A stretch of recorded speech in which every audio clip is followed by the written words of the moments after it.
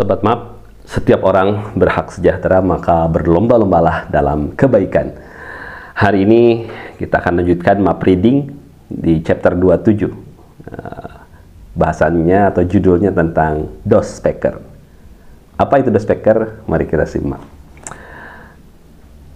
Ngamen di mana saja sekarang, Bang? Sebuah pertanyaan mengusik kesadaran saya ketika masuk di ruang tunggu dosen menunggu giliran kelas saya dimulai. Awalnya saya tidak paham arah pertanyaan teman saya tersebut. Namun sebelum saya sampai ke arah pertanyaan, teman saya melanjutkan pembicaraannya. Kalau saya sekarang ngajar di 2 kampus dan menjadi konsultan di beberapa SDIT. Wow, dalam pikiran saya seperti itu. Dalam hati saya bergumam, keren sekali teman saya ini. Mengajar di beberapa tempat dalam kurun waktu yang sama.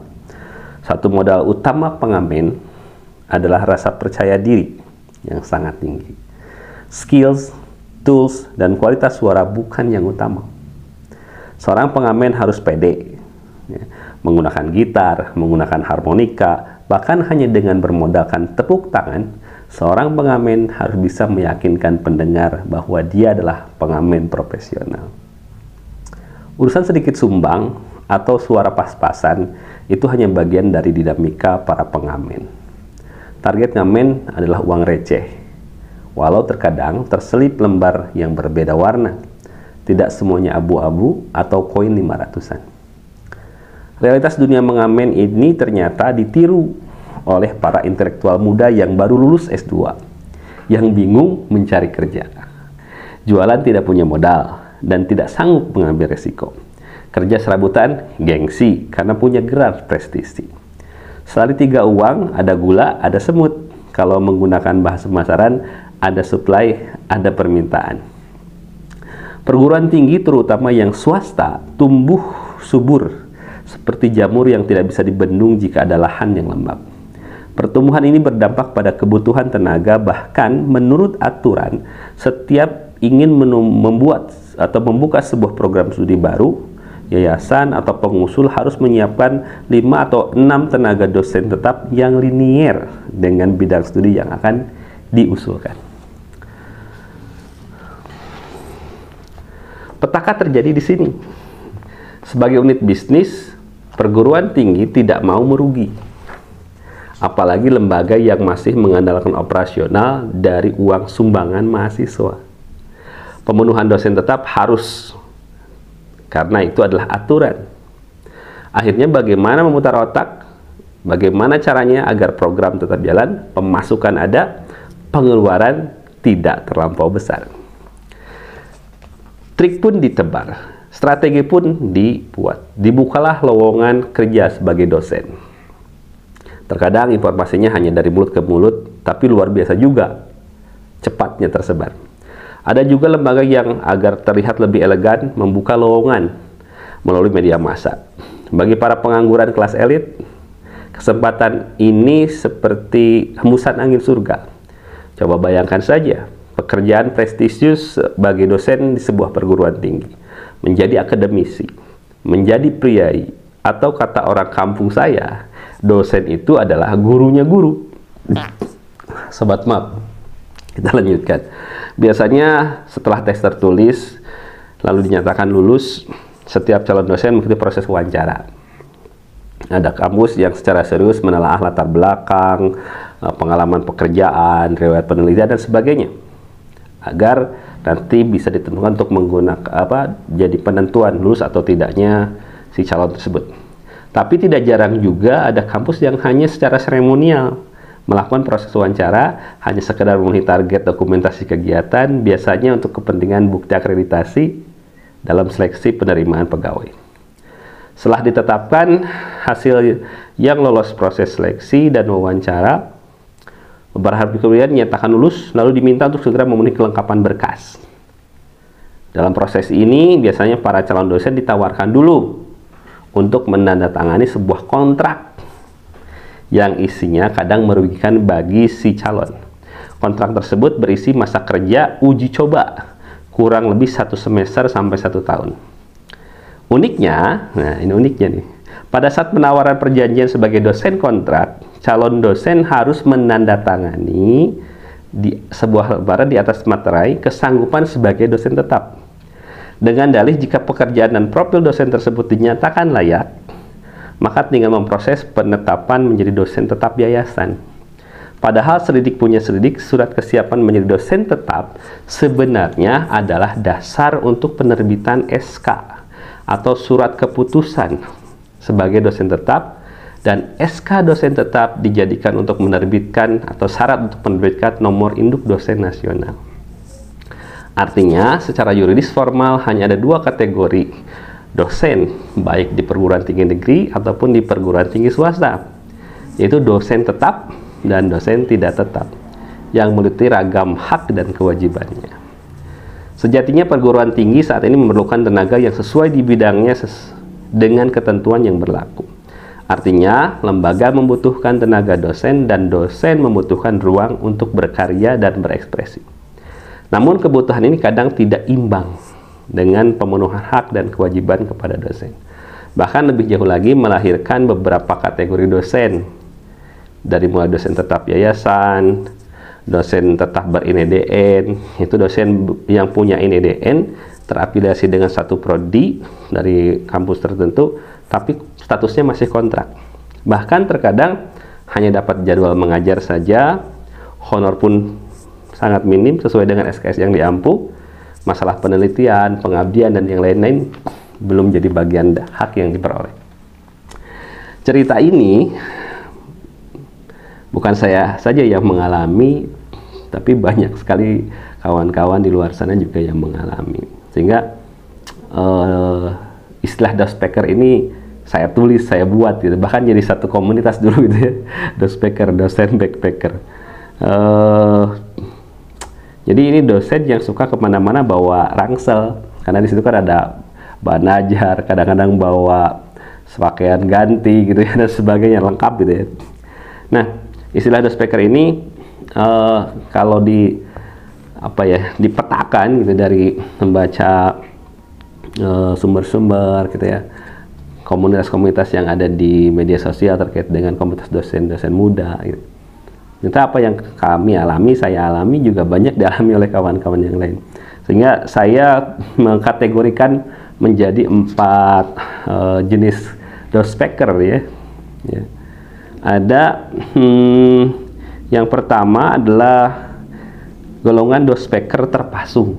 Apa tuh dospeker terpasung?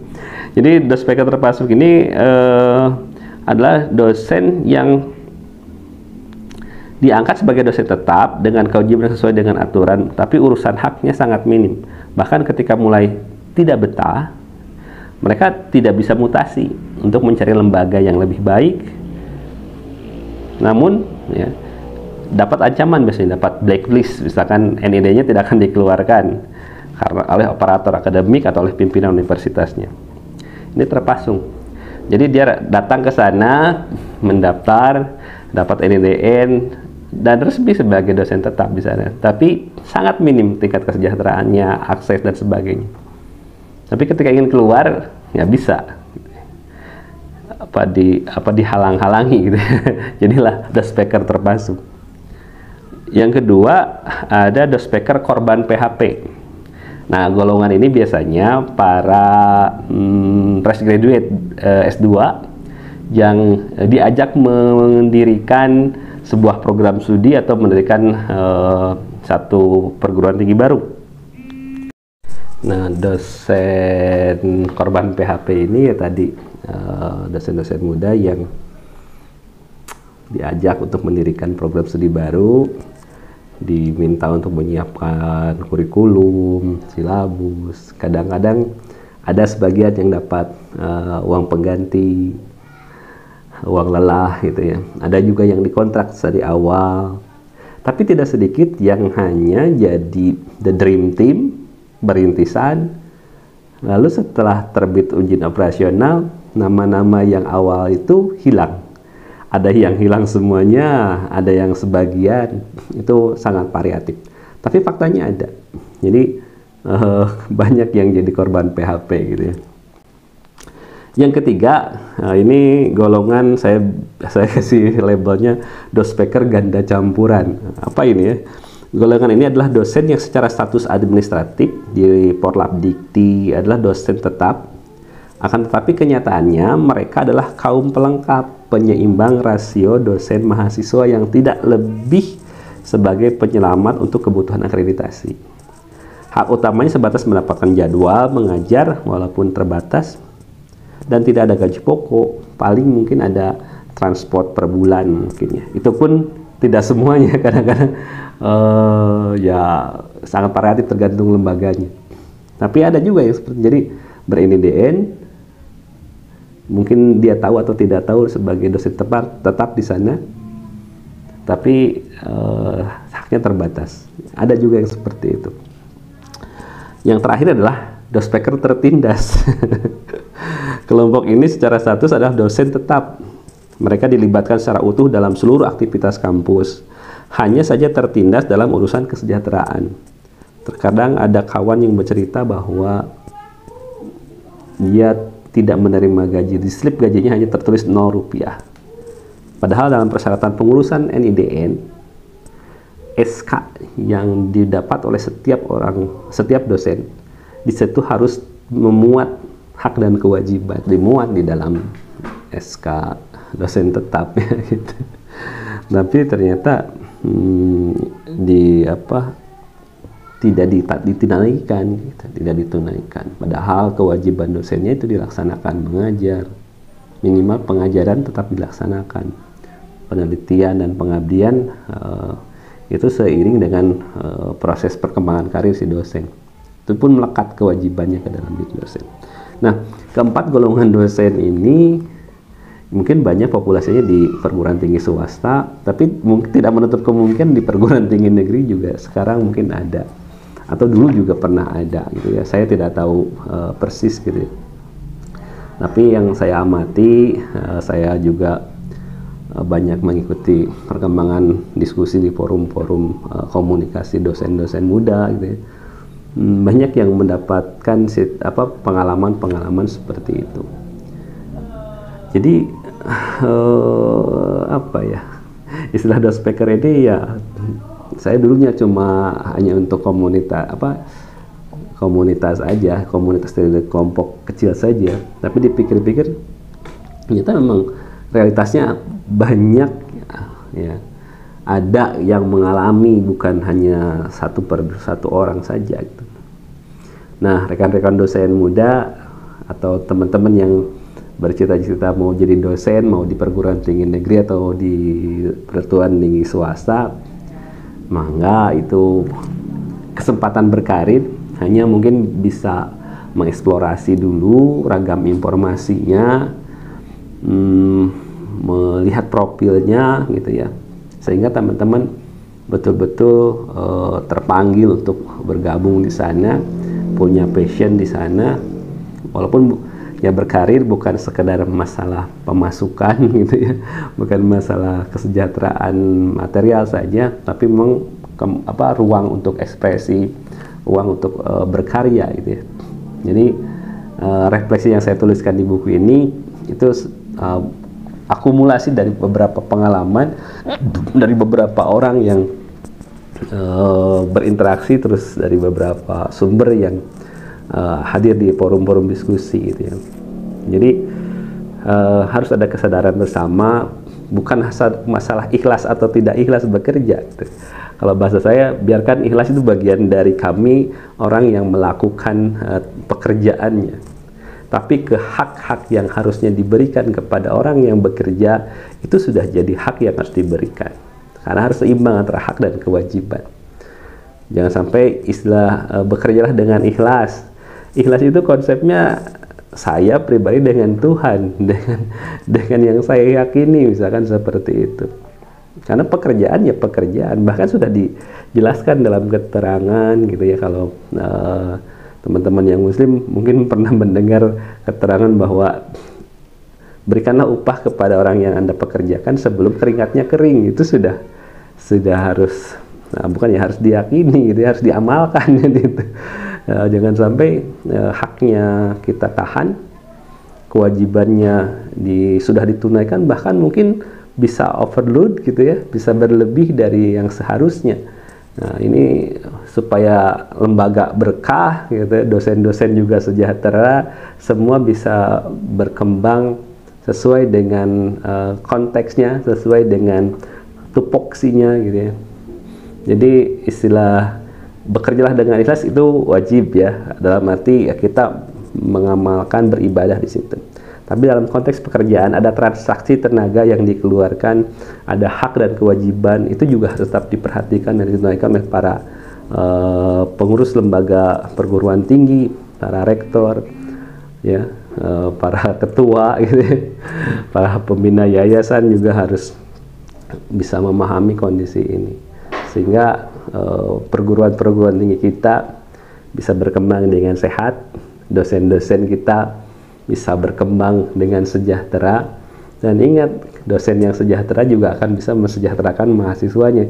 Jangan sampai beban yang berat itu dibawa ke kelas berdampak pada proses pembelajaran, proses pembimbingan, dan yang lain-lain.